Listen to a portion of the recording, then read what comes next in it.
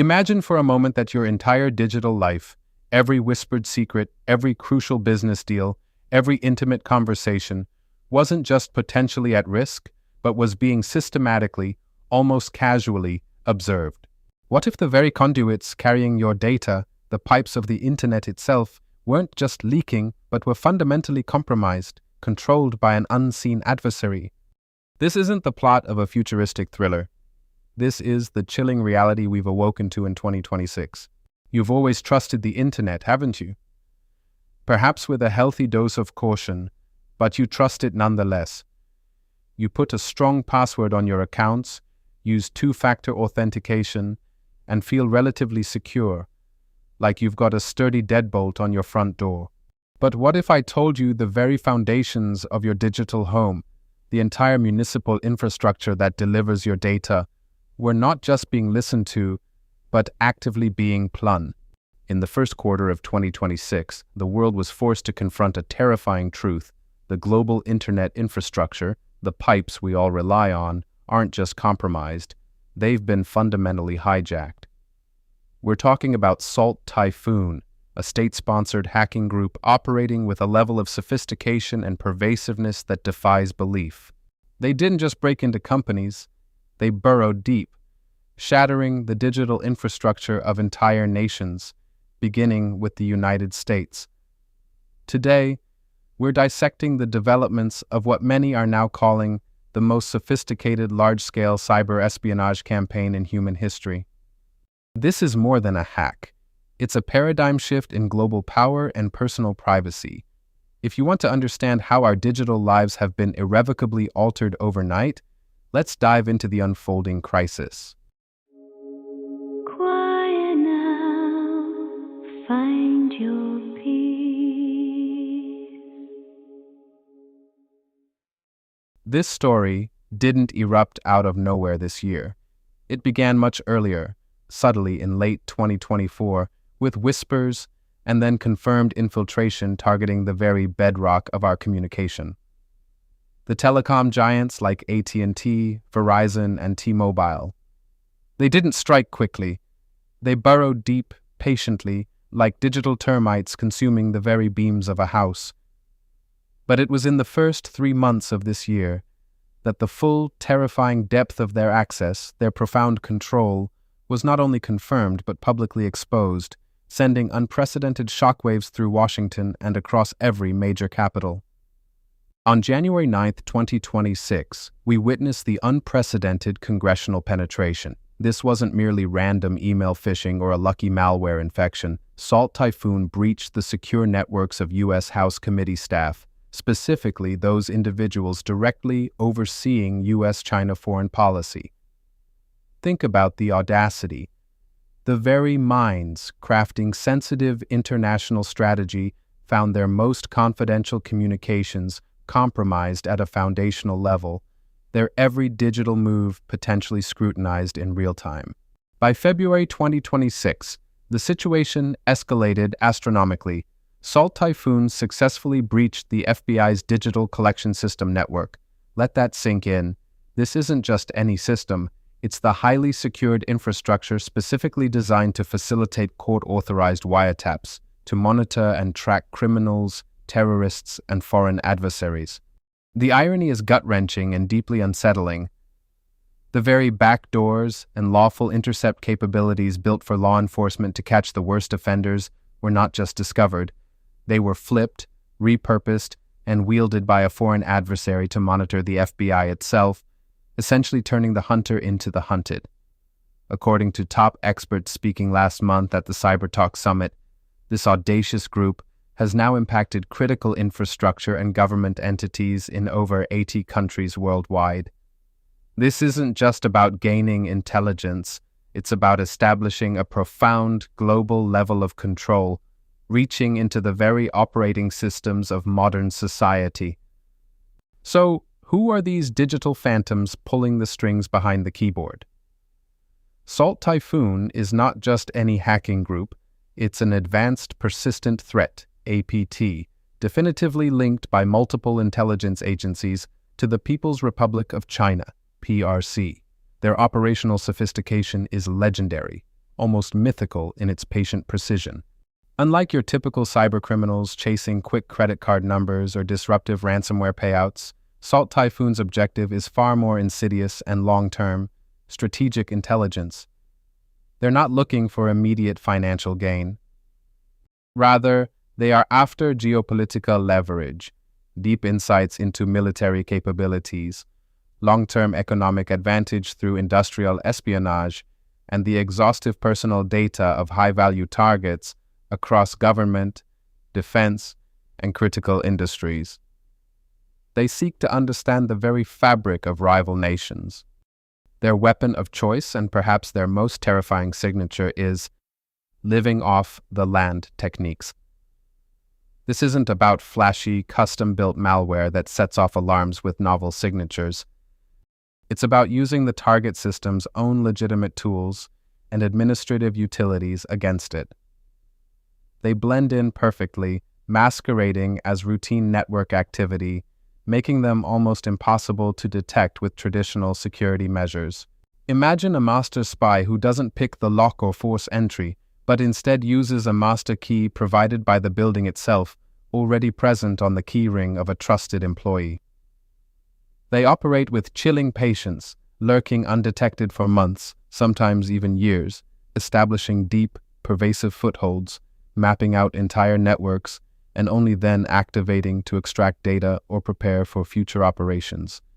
They become a ghost in the machine, not just inhabiting it, but becoming an indistinguishable part of its very code. And we're only just beginning to grasp how many machines they silently haunt, and for how long. The revelation of Salt Typhoon's pervasive access has forced a massive, uncomfortable, and potentially dangerous shift in how the U.S. government and the private sector interact with the digital realm. The era of passive defense is over. On March 6, 2026, the new National Cyber Strategy was officially released. Its core message was clear and stark: the gloves are off. This represents a radical departure from previous cybersecurity doctrines, granting the private sector significantly more latitude for aggressive deterrence, essentially empowering companies to actively defend themselves and even strike back in the digital realm when under attack.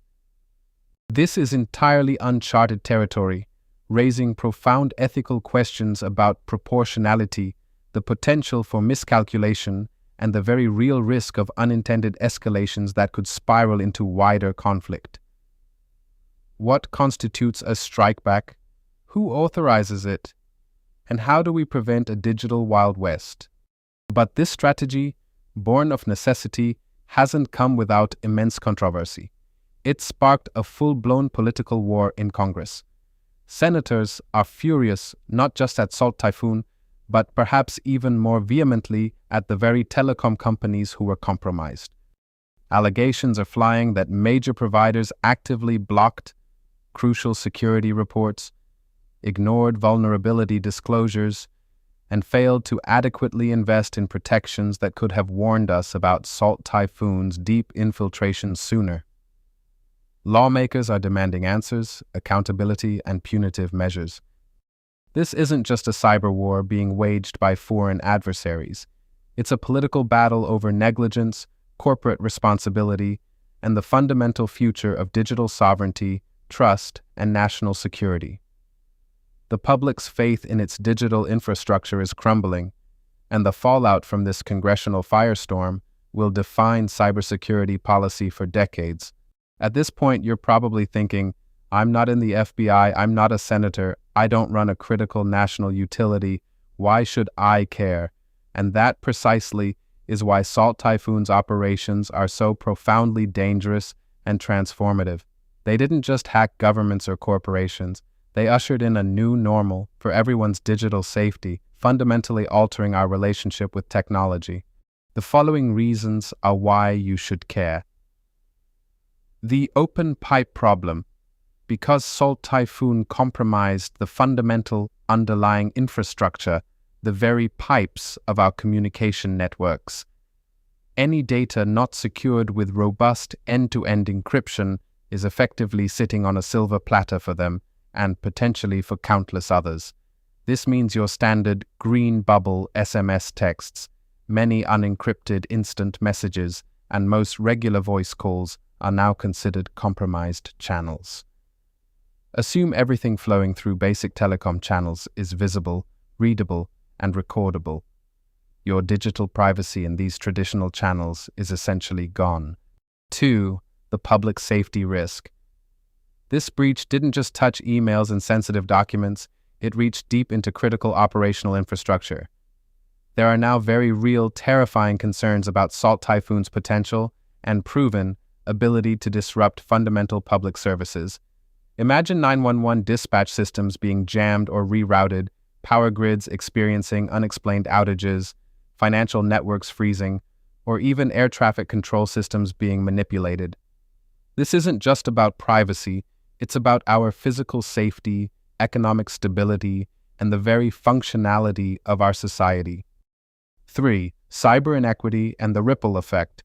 Large corporations armed with vast resources and specialized security teams are rapidly transitioning to zero-trust architectures, meticulously verifying every single access attempt, internal or external. But what about the millions of small businesses that form the backbone of our economy? What about individual users, families, and vulnerable populations? They're being left behind, becoming soft, easy targets for copycat hackers, opportunistic criminals, and other state actors exploiting the very holes Salt Typhoon so painstakingly created and exposed. The digital divide just got a lot more dangerous, not just in terms of access, but in terms of fundamental security. This isn't just a government problem, it's everyone's problem, impacting all layers of society. You don't need to panic, but you do need to fundamentally reevaluate and change your digital habits starting today. This isn't just advice, it's your essential 2026 digital survival guide, distilled from the latest intelligence and security recommendations. Ditch SMS. For anything genuinely private, sensitive, or personal, only use end-to-end encrypted apps. We're talking Signal, WhatsApp, Telegram, or secure corporate communication platforms that clearly state their E2EE protocols. Your standard text messages and unencrypted calls are no longer considered secure for sensitive information. Trust nothing. Verify everything. 2026 is the year of hyper-realistic AI-driven fraud and deep fakes. If your bank calls or emails, if a government agency demands immediate action, if a colleague sends an urgent request, never use the number, link, or reply to address they provide. Hang up. Close the email. Use the official app or call the publicly listed number you sourced independently. Your instinct to question everything is now your most crucial defense against social engineering. Hardware hygiene is critical. Don't overlook the basics. Update your home router's firmware regularly. Default passwords are not just a risk, they are a death sentence. Change them immediately. These often overlooked network perimeter devices are prime, soft entry points that Salt Typhoon and their imitators exploit to gain a foothold in your home or small business network. Passkeys over passwords. Where supported, switch to passkeys or strong biometric authentication for critical accounts. These methods are significantly harder to spoof, phish, or intercept at a network level than even the most complex traditional passwords. They represent the next evolution in authentication security. Remember this critical truth. Your password is still a good lock for your specific account, but we just discovered that the entire digital foundation of our world has had its master key duplicated and distributed. Stay vigilant, stay secure, and please, share this video with everyone you know who needs to hear this vital information. Don't let the invisible war catch you off guard. Comment below, what's your biggest cybersecurity concern right now in this new digital landscape? Your insights are invaluable. I'll see you in the next one. Quiet now, find your peace.